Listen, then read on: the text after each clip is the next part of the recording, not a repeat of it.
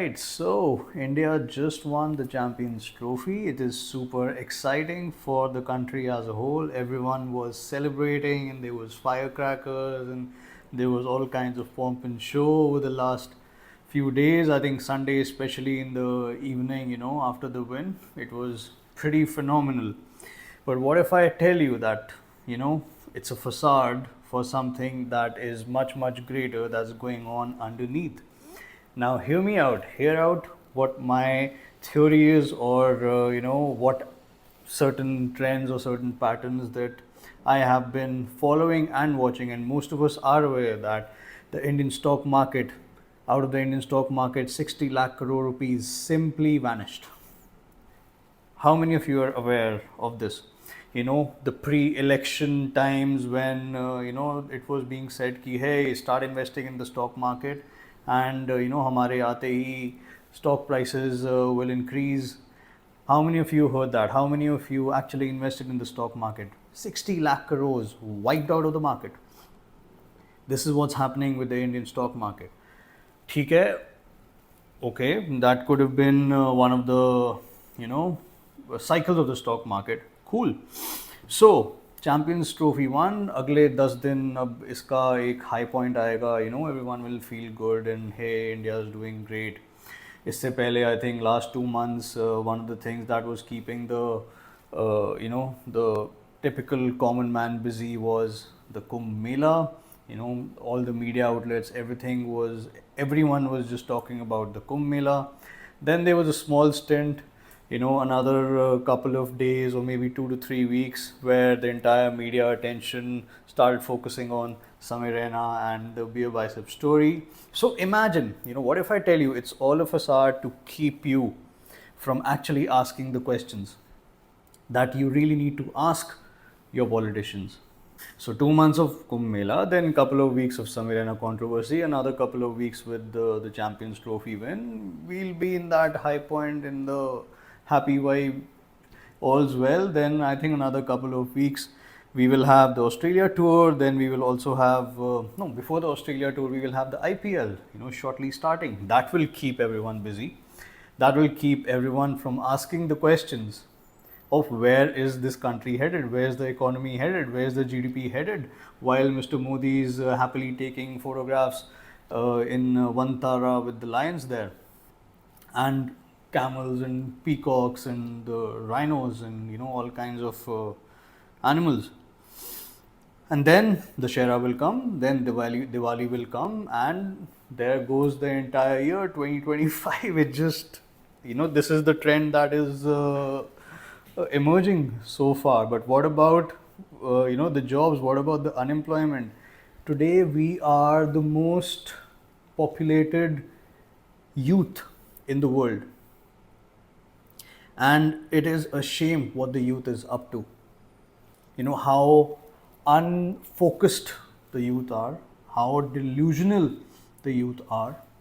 And we talk about competing with China. I think we need to learn from China how they manage their population, how they ended up getting their youth to be productive and getting work done.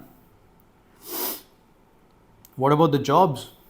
There is crazy unemployment. I just read how a Tanishq store, a legit store with security guards, was robbed in broad daylight. So we have to create jobs. We have to give direction to the youth. Another, couple of months back, I also uploaded this video. What makes the European or the Western world, or certain nations like Japan as well, have such prosperity? What they did right. We have to study what they did right couple of decades back, that they were one of the largest economies and they are doing great. One of the reasons was that they had compulsory military training for their youth. That really, skyrocketed their productivity and, their focus. Today, our youth is absolutely not very much focused. Another thing that, lately was doing the rounds that no one is really talking about is the Prime Minister's visit to the United States, and how, we should actually focus on what is the Western media talking about it, and how they're talking about India and the tariffs and reversing the tariffs and the entire dealings. Our company's representatives, yes, they went, they took a nice photograph, and that is what was given. The handshake and everything was given a lot of pomp and show and glitters in the media. But what kind of business did he bring to India? What kind of deals is he bringing to India? There's plane loads, I won't say truckloads, there's plane loads of Indians just being deported. I'm not saying that's wrong. That is, the country is ideally following their laws, and I respect United States for that.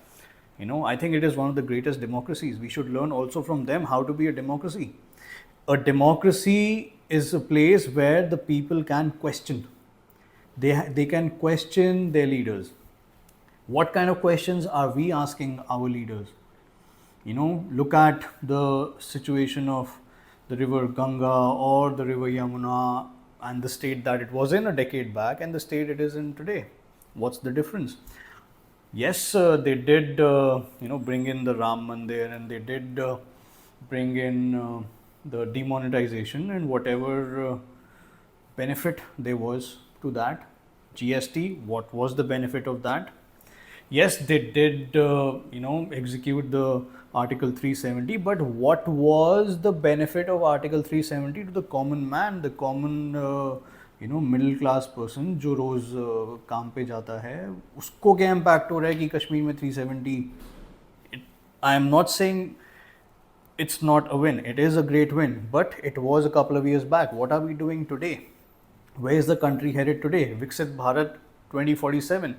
Guys, 2047 is 22 years from now. It's more than 2 decades from now. But the state we are, what seeds are we sowing today is what will show up in Viksit Bharat 2047, and it doesn't look very pleasant to me. I mean, come on.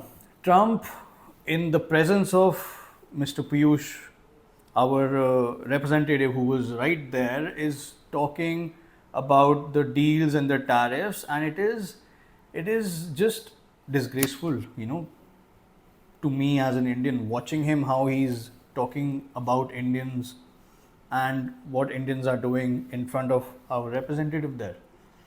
So it is not very exciting, let me say that. But I would also like to invite you to ask whoever you're voting for, ask them the questions, hold them to account. What will it take for us to hold them to account? For example, back when I was in school, I was learning India is a developing country, and unfortunately it is the same syllabus even today, and I have come a long way from school, and we are still learning India is a developing nation. What has developed except couple of 1, 2, 3, 4 cities in India?